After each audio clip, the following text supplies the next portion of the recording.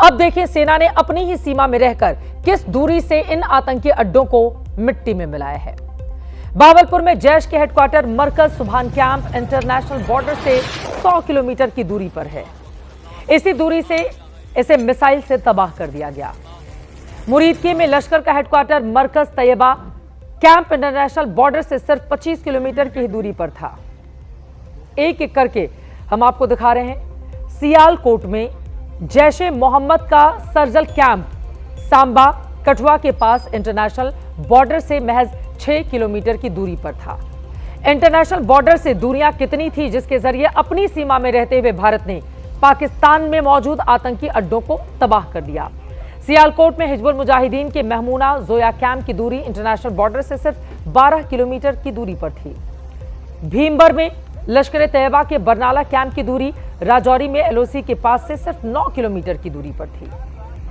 PoK के कोटली में लश्कर तैयबा का अब्बास कैंप भी राजौरी के पास एलओसी से सिर्फ 13 किलोमीटर की दूरी पर था। कोटली में ही लश्कर को गुलपुर कैंप भी था जो एलओसी से 30 किलोमीटर दूर था, लेकिन राफेल की मिसाइल के लिए यह दूरी कुछ भी नहीं थी। पीओके के मुजफ्फराबाद में लश्कर तैयबा का सवाई नाला कैंप भी तंधान सेक्टर में एलओसी से सिर्फ 30 किलोमीटर की दूरी पर था। एलओसी से लगभग इतनी ही दूरी पर मुजफ्फराबाद में जैश-ए मोहम्मद का सैयदना बिलाल कैंप भी था जिसे भारतीय मिसाइल ने मलबे में तब्दील कर दिया। 1000 किलोमीटर प्रति घंटे की रफ्तार है रफाल की। दुश्मन को 500 किलोमीटर दूर से मारने की ताकत रखती है इसकी स्कैल्प मिसाइल। कल रात तो कुछ ही किलोमीटर पर निशाने पर थे आतंकी अड्डे। पाकिस्तान में इस स्ट्राइक के बाद से भारत में 3 शब्द ट्रेंड कर रहे हैं: जय हिंद की सेना और भारत माता की जय। लेकिन देश यह भी जानता है कि आतंक पर रिएक्शन अधूरा है। पाकिस्तान में आतंक के 9 अड्डों की तबाही तो सिर्फ एक झांकी है, अभी पूरा बदला बाकी है। मुरीदकी में लश्कर तैयबा का हेडक्वार्टर तो मिट्टी में मिला दिया गया, लेकिन हाफिज सईद का हिसाब अभी भी अधूरा है जिसे पाकिस्तानी आर्मी और आईएसआई ने किसी सुरक्षित जगह पर छिपा कर रखा हुआ है। भावलपुर में जैश का हेडक्वार्टर तबाह हो गया, मसूद अजहर का खानदान हलाक हो गया, लेकिन हाफिज की तरह मसूद अजहर को भी पाकिस्तानी आर्मी ने कहीं अंडरग्राउंड कर रखा है। सियालकोट में हिजबुल मुजाहिदीन का महमूना जोया कैंप सेना ने उजाड़ दिया, लेकिन सैयद सलाहुद्दीन अब भी पाकिस्तानी पनाह में है और जिंदा है। भारत भी ये जानता है कि जब तक हाफिज और मसूद अजहर का खात्मा नहीं होता तब तक पाकिस्तान में आतंक की फसल पैदा होती रहेगी।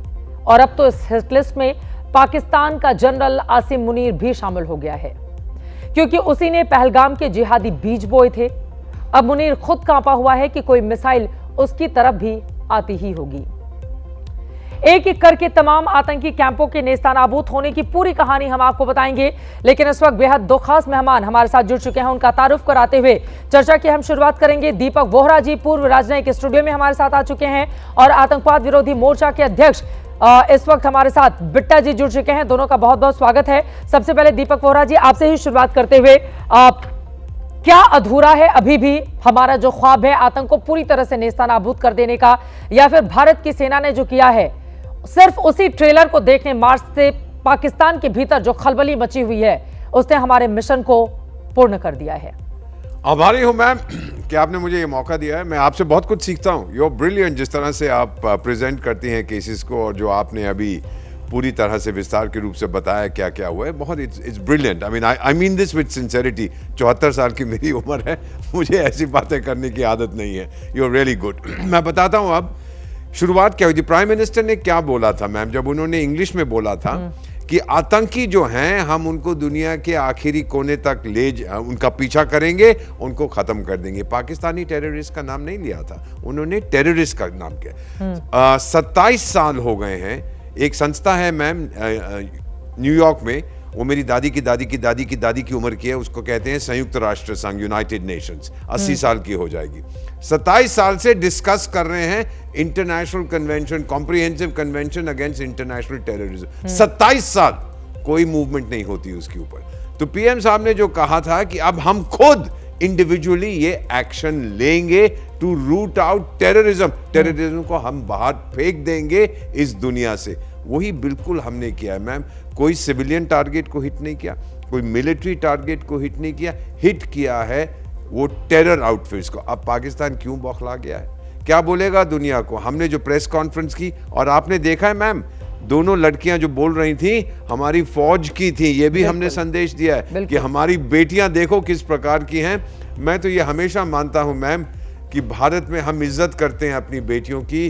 अपनी बेटियों की इज्जत करोगे तो वो देवी है, सताओगे तो वो दुर्गा है, हाथ में उसके खड़गा होता है। हमारी फौज में पायलट्स हैं, नेवी में हैं, मिलिट्री में, एवरीवेयर, एंड उन्होंने पूरी तरह से ये प्रेस कॉन्फ्रेंस में बताया। तो ये एक मैसेज गया है हमारी तरफ से, ना केवल पाकिस्तानियों को जो अपनी महिलाओं को, क्षमा कीजिएगा, गंद की तरह ट्रीट करते हैं, और भारत किस तरह से। Finally let me put it to you like this ma'am, ये तो केवल पहली कड़ी है। हमने कहा था कि जब तक हम खत्म ना कर दें टेररिज्म को, हम आराम नहीं करेंगे। पाकिस्तान कह रहा है हम रिएक्ट करेंगे, रिस्पॉन्ड करेंगे। हमला कर दो, किस पे हमला करोगे? हमने तो टेरर पैड्स पे किया। भारत में कौन से टेरर पैड्स है? तुम हिट करोगे तो आप हिट करोगे सिविलियन इंफ्रास्ट्रक्चर को या मिलिट्री, और अगर वो किया, it's a declaration of war. चक्रव्यूह में फंस गया है। अरे टाइगर, हम चाणक्य की संतान है, किससे पंगा ले रहा है? पहले समझ तो जा कि आप किससे भिड़ने की कोशिश कर रहे हो। बिल्कुल बिट्टा साहब, मैं फौरन आपके पास आ रही हूं। यकीनन किससे भिड़ने की कोशिश कर रहा है पाकिस्तान? जब भी भिड़ने की हिमाकत की है, मुंह की खानी उसको पड़ी है,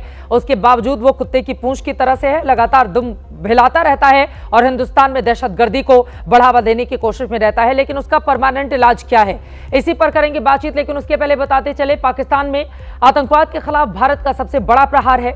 मंगलवार की रात जब आप सो रहे थे, तब हिंदुस्तान के वीर जवान लश्कर, जैश और हिजबुल के ठिकानों को मिट्टी में मिलाने के मिशन में लगे हुए थे। मंगलवार रात की ये सबसे पावरफुल 4 तस्वीरें हैं। रात को करीब 1:05 से लेकर 1:30 तक भारत ने यह कार्रवाई की है। 25 मिनट में 24 मिसाइल और बमों से हमले किए गए। जैश ए मोहम्मद से लेकर लश्कर तैयबा तक के हेडक्वार्टर को जमींदोज कर दिया गया। पाकिस्तान की घड़ी में उस वक्त रात के 12:30 बज रहे थे। आतंकी चैन की नींद सो रहे थे, लेकिन भारत ने उनका चैन छीन लिया। आतंकी आकाओं को मुंहतोड़ जवाब दिया है और सबसे बड़ा हमला जैश ए मोहम्मद के बहावलपुर के हेडक्वार्टर पर किया है। जैश के मुख्यालय का बड़ा हिस्सा हमले में तबाह हो गया, जमींदोज हो गया। ओसामा बिन लादेन की मदद से मसूद अजहर ने यह आतंक का अड्डा तैयार किया था। मंगलवार की रात भारतीय जवानों ने आतंकवादियों को जहन्नुम में पहुंचा दिया।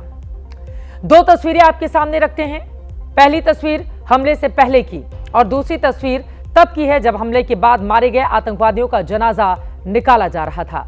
ये 2 तस्वीरें आपको बताएंगी, ये 2 तस्वीरें जिनको आप गौर से इस वक्त देख रहे हैं, ये 2 तस्वीरें वो कहानी कहने के लिए काफी हैं कि भारतीय सेना ने किस तरह का बदला लिया है। बहावलपुर की दूरी भारतीय सीमा से 100 किलोमीटर है। मसूद यहीं से आतंक का अड्डा चलाता था, लेकिन भारतीय वीरों ने मसूद के अड्डे पर सबसे बड़ी चोट की है। ये जैश ए मोहम्मद न सिर्फ ट्रेनिंग सेंटर बल्कि दहशतगर्दी की पूरी दुकान यहीं से मसूद अजहर चलाता था। बड़ी बात यह है कि इस कार्रवाई में मसूद के परिवार के कई लोग मारे गए हैं। इसमें उसकी बहन, बहनोई शामिल हैं, 4 करीबी भी मारे गए हैं। खुद मसूद भी मौत की भीख मांगता हुआ फिर रहा है। यानी कि मान के चलिए उसके करीबी और परिवार के लोग मिलाकर कुल 14 लोगों को जहन्नुम में पहुंचा दिया है हमारी भारतीय सेना ने। और अब खुद मसूद अजहर खुद के लिए मौत की भीख मांग रहा है। बयान जारी कर उसने कहा है कि मैं मर जाता तो ज्यादा अच्छा रहता। भावलपुर ये इंटरनेशनल बाउंड्री से 100 किलोमीटर दूर है। जैश ए मोहम्मद का मुख्यालय था। यहाँ पर रिक्रूटमेंट, ट्रेनिंग व इंडोक्ट्रिनेशन का केंद्र भी था। शीर्ष आतंकी अक्सर यहाँ आते थे। हमारे साथ दोनों ही खास मेहमान लगातार बने हुए हैं, जिनके साथ चर्चा में हम आगे बढ़ रहे हैं। बिट्टा साहब, अब सीधे आपके पास आते हुए, हमने इसके पहले भी एयर स्ट्राइक और सर्जिकल स्ट्राइक करके घर में घुसकर पाकिस्तान को सबक सिखा दिया था, लेकिन इस बार की तस्वीर अलग और अलहदा है। जैसा कि कार्यक्रम के शुरू में ही हमने बताया कि पाकिस्तान की छाती पर चढ़कर उसको इस बार ऐसा सबक सिखाया गया है कि उसकी आने वाली कई पीढ़ियां याद रखेंगी। चित्रा जी, जो पहले ऑपरेशन हुआ था वो भी एक बहादुरी से हुआ था। वो ऑपरेशन और इस ऑपरेशन में फर्क है। वो वहां जाके किया था। 15 मिनट के अंदर हमारे एयरफोर्स के जवान गए थे, जिंदा शहीद की तरह वापस आए। कम से कम 500 के करीब आतंकवादियों को ढेर करके कैंपों को तबाह करके आ गए। पर पाकिस्तान सबक सीख चुका था कि अब वो हरकत करेगा, जवाब उसका मिलेगा। और पाकिस्तान अपनी हरकतों से हटा नहीं, और अब जो जवाब मिला है 9 कैंपों को तबाह करना, जिस तरीके से चित्रा जी आपने पूरी दुनिया में हर भारतीय को, हर व्यक्ति को समझाने की कोशिश की, मैं आपका धन्यवादी हूँ, क्योंकि ये चीजें आम पब्लिक तक जानी चाहिए। जिस तरीके से तबाह किया, और किसी इनोसेंट व्यक्ति का, चाहे वो पाकिस्तानी है, उसका कत्लेआम नहीं हुआ। ये नरेंद्र मोदी जी ने कहा, ये फौज ने कहा कि हमने मानवता का कत्लेआम नहीं किया। और जिस तरीके से हमारी बहनें, बेटियां, जिस तरीके से बहादुरी से प्रेस कॉन्फ्रेंस में बताया किस तरीके से ये प्लान हुआ, पाकिस्तान को इसका सबक मिल गया हो। मैं पहले भी ये बात कह रहा था कि दुनिया को साथ लेकर के 370 धारा हटाना, पुलवामा का बदला लेना, और अब बदला लेना, और सऊदी अरब जैसे मुल्क, पूरी दुनिया, अमेरिका, रशिया, कौन सा मुल्क ऐसा नहीं है जो आज भारत के साथ खड़ा नहीं हुआ। ये पहले क्यों नहीं था? ये हमारे ऊपर बहुत बड़े सवाल आने वाले टाइम पे उठेंगे। जो हजारों जवानों की शहादतें हुई, जो 26/11 का हमला हुआ, जो पार्लियामेंट पे बड़े बड़े हमले हुए, उसका क्यों बदला नहीं लिया गया? ये सवाल तो उठेंगे, चाहे कोई भी पॉलिटिकल पार्टी की सरकार रही हो।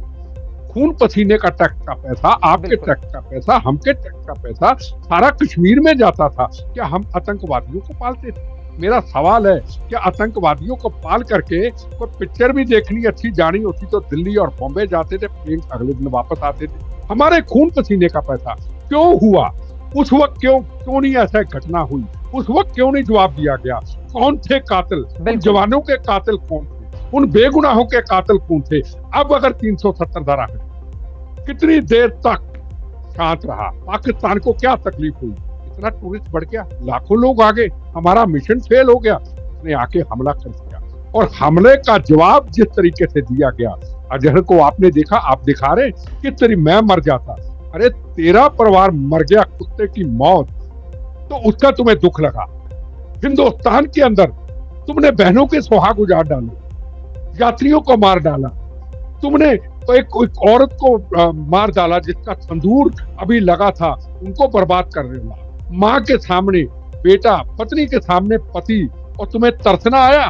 और जितनी देर तक हाफिज और अजहर जैसे ये तबाह नहीं होते, ये बिल्कुल मिशन अभी अधूरा है। और ये बिल्कुल सही मौका है। जिस तरीके से दुनिया हमारे साथ खड़ी हुई, चाइना ने भी पाकिस्तान का साथ छोड़ दिया, आज पीओके की बारी है। मैं कहूंगा पुलवामा का बदला लेकर के हमने 370 धारा देके उनको श्रद्धांजलि दे दी, और श्रद्धांजलि उससे बढ़िया यही होगी, आज पीओके ले लो, सच्ची श्रद्धांजलि होगी। ये पाकिस्तान सुधरेगा नहीं, मैं आपको बताता हूँ। ये आज नहीं, साल में 2 साल के बाद हमारी पीठ पे फिर वार करेगा। ये जो कैंसर की बीमारी नरेंद्र मोदी जी ने उखाड़ी थी ना, उस कैंसर की बीमारी से थोड़ा सा जहर रह गया, अब उसको हटा लो। मैं बार बार आपको इसलिए कहता हूं, हमें मारना है, मरना नहीं है। पर मरने के लिए सिर्फ इसलिए मैं बार बार कहता हूं, कल को ये ना कहे यार नरेंद्र मोदी जी की पॉलिसी थी, हमें तो जाना है, पर हमने आने वाली जनरेशन के उनको बर्बाद करके जाना है। क्यों पाकिस्तान का आवाम सड़क पे क्यों ना आए? जब पानी रुकेगा, जब बाढ़ आएगी, जब हम छोड़ेंगे, बर्बाद कौन होगा? पाकिस्तान का आवाम। हम जो नया भारत बना रहे हैं, आर्थिक रूप से सशक्त, सुरक्षित, संप्रभुता के साथ फक्र से सिर उठाकर जीने वाला नया पाकिस्तान भी बना देते हैं। खुद तो वो अपना कुछ कर नहीं पाएगा, लेकिन आतंकवाद को पूरी तरह से नेस्तनाबूद करके, क्योंकि जो हमारा पड़ोसी मुल्क है अगर इस तरह से अस्थिरता फैलाता रहेगा तो वो हिंदुस्तान के लिए कतई ठीक नहीं होगा। और बिल्कुल सही बात हमारे मेहमानों की ओर से की गई है कि इस बार उसका परमानेंट इलाज हो ही जाना चाहिए। दीपक बोहरा जी आपका और MS बिट्टा साहब आपका बहुत धन्यवाद हमारे साथ चर्चा का हिस्सा बनने के लिए, इस महत्वपूर्ण चर्चा में शामिल होने के लिए।